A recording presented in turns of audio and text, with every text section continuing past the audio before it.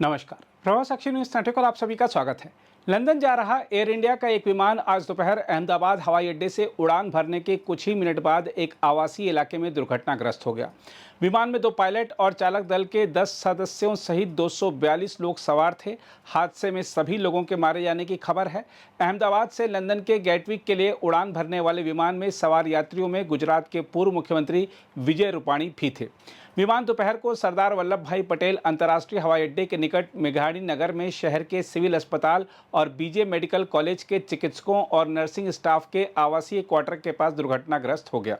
नागर विमानन महानिदेशालय यानी डीजीसीए के एक बयान के अनुसार विमान ने अहमदाबाद से दोपहर 1:39 पर रनवे 23 से उड़ान भरी। इसने एटीसी यानी हवाई यातायात नियंत्रण को मेडे यानी आपातकालीन संदेश देने के लिए कॉल किया, लेकिन उसके बाद एटीसी द्वारा की गई कॉल का विमान से कोई जवाब नहीं मिला। वैसे यह 2020 के बाद से भारत की दूसरी सबसे बड़ी विमान दुर्घटना है, जब एयर इंडिया एक्सप्रेस का विमान केरल के कोझिकोड में उतरते समय गीले रनवे से फिसल गया और उसके 2 टुकड़े हो गए थे। विमान में सवार 190 लोगों में से 2 पायलट सहित 21 लोगों की जान चली गई थी।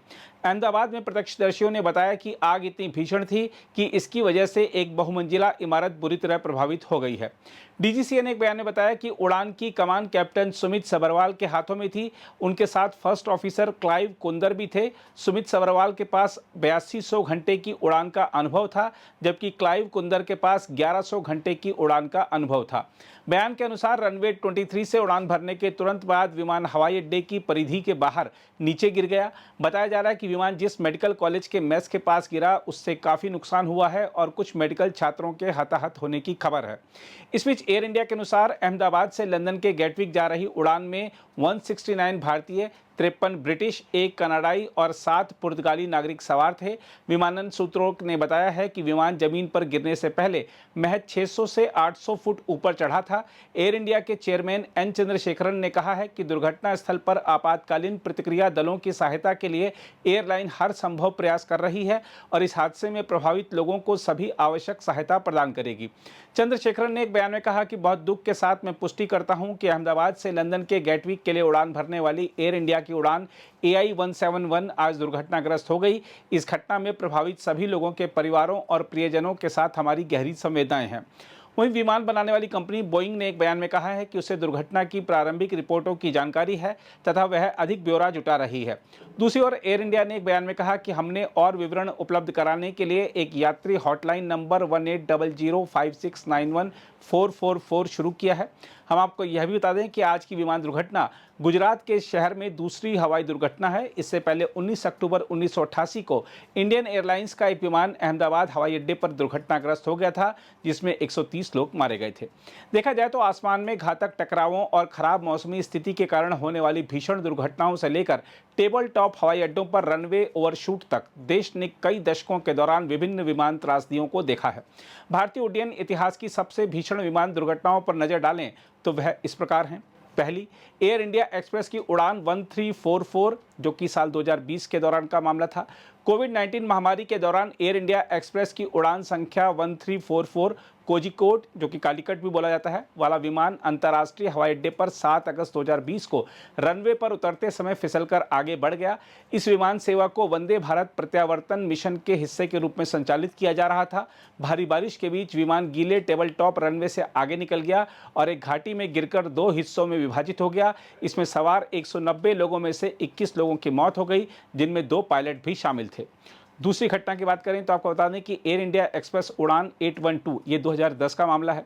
Air India express flight 812 Karnataka के मंगलुरु अंतर्राष्ट्रीय हवाई अड्डे पर उतरते समय 22 मई 2010 को रनवे से आगे निकल गई। दुबई से आ रहा बोइंग 737-800 टेबल टॉप रनवे से आगे बढ़कर खाई में गिर गया और उसमें आग लग गई। इस दुर्घटना में 158 लोगों की मौत हो गई थी। तीसरी घटना की बात करें तो आपको बता दें कि अलायंस एयर उड़ान 7412 ये साल 2000 का मामला है। अलायंस एयर उड़ान 7412 उतरने के दौरान 17 जुलाई 2000 को बिहार के पटना में घनी आबादी वाले रिहायशी इलाके में दुर्घटनाग्रस्त हो गई थी। उतरने के दौरान कथित तौर पर अनुचित दिशा निर्देशों के कारण बोइंग 737-200 को कम ऊंचाई पर बाधा का अनुभव हुआ। इस दुर्घटना में 60 लोग मारे गए थे, जिनमें जमीन पर मौजूद 5 लोग भी शामिल थे। इस दुर्घटना ने छोटे शहरी हवाई अड्डों पर प्रक्रियाओं को उन्नत करने के लिए बाध्य किया। चौथी घटना की बात करें तो आपको याद दिला दें कि चरखी दादरी के ऊपर आकाश में टक्कर हुई थी 1996 में।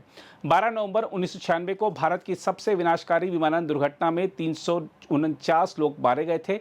यह त्रासदी तब हुई थी जब सऊदी उड़ान 763 जो कि एक बोइंग 747 विमान था और कजाकिस्तान एयरलाइंस की उड़ान 1907 जो कि एक इल्यूशन IL-76 विमान था, उन दोनों के बीच हरियाणा में चरखी दादरी के पास आसमान में आमने सामने टक्कर हुई थी। दुर्घटना संचार विफलता और कजाक चालक दल के निर्धारित ऊंचाई से नीचे उतरने का परिणाम थी। इस घटना के बाद भारत ने सभी वाणिज्यिक विमानों पर टकराव रोधी प्रणाली लगाने को अनिवार्य करने सहित महत्वपूर्ण विमानन सुरक्षा उपाय शुरू किए। पांचवी घटना की बात करें तो आपको बता दें कि इंडियन एयरलाइंस उड़ान 605 जो कि 1990 की घटना है। 14 फरवरी 1990 को इंडियन एयरलाइंस उड़ान 605 बेंगलुरु के HAL हवाई अड्डे के पास दुर्घटनाग्रस्त हो गई, जिसमें सवार 146 लोगों में से 92 की मौत हो गई। उस समय भारत में अपेक्षाकृत नया विमान एयरबेस A320 बहुत नीचे उतर आया था और रनवे से पहले ही जमीन से टकराया और फिसलकर गोल्फ कोर्स में चला गया। जांच में पता चला कि पायलट की गलती और A320 के उन्नत डिजिटल कॉकपिट से अपरिचित होने के कारण यह दुखद दुर्घटना हुई। छठी घटना की बात करें तो आपको बता दें कि इंडियन एयरलाइंस उड़ान 113 जो कि 1988 का मामला है। खराब दृश्यता के कारण 19 अक्टूबर 1988 को इंडियन एयरलाइंस की उड़ान 113 जो कि बोइंग 737-200 विमान था, अहमदाबाद हवाई अड्डे के पास दुर्घटनाग्रस्त हो गया था। मुंबई से रवाना यह विमान पेड़ों से टकरा गया और रनवे से पहले ही दुर्घटनाग्रस्त हो गया, जिससे उसमें सवार 135 लोगों में से 133 की मौत हो गई थी। जांचकर्ताओं ने पायलट की गलती, अपर्याप्त मौसम की जानकारी और एयर ट्रैफिक कंट्रोल द्वारा प्रक्रियागत चूक की ओर इशारा किया था।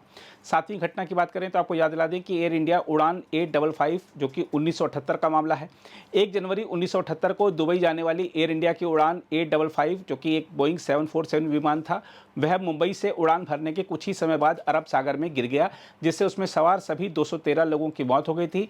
यह दुर्घटना उड़ान के 101 सेकंड बाद ही घटित हुई, जब एटीट्यूड डायरेक्टर इंडिकेटर में खराबी के कारण कैप्टन ने विमान के दिशा निर्देशन को गलत तरीके से समझ लिया।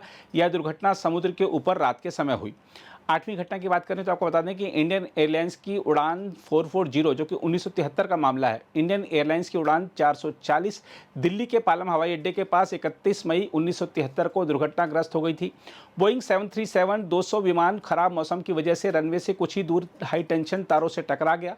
विमान में सवार 65 लोगों में से 48 की मौत हो गई थी। मृतकों में प्रमुख भारतीय राजनीतिक मोहन कुमार मंगलम भी शामिल थे। इस दुर्घटना ने भारतीय हवाई अड्डों पर बेहतर मौसम संबंधी रडार की आवश्यकता को रेखांकित किया था। अगर आप भी लेना चाहते हैं देश दुनिया की तमाम जानकारी तो आज ही सब्सक्राइब करें हमारे चैनल को। साथ ही नीचे दिए बेल आइकन को जरूर दबाएं ताकि हर अपडेट आप तक पहुंच सके।